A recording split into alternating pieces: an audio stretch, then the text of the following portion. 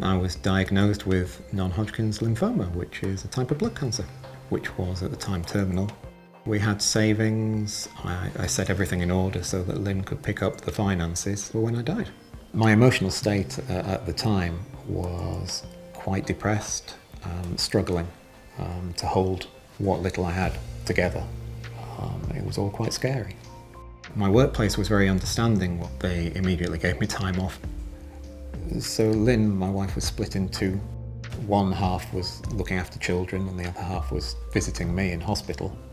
So that required her to stay in the hotel overnight, which meant we had to buy a car as well, which we hadn't had before. The financial worries started when I was made redundant and tried to find a new job and wasn't able to do that new job because I started having anxiety attacks.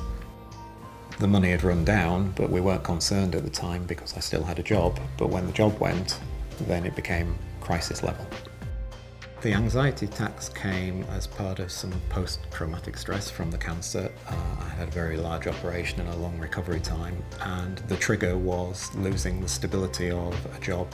As the only breadwinner for the household, this was a great concern. So not only was I having anxiety attacks, but also the added pressure of declining financial resources was all adding pressure. So we reached out to the Macmillan Centre and they put us in touch with a financial advisor.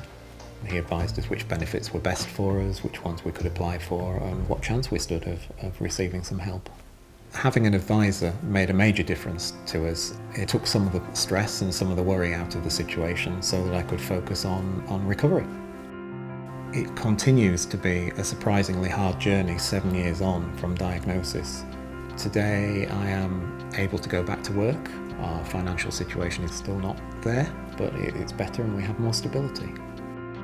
The thing that's been most helpful about Macmillan is the relationship we've developed with the team. It's a point of reference when everything else is changing or unstable.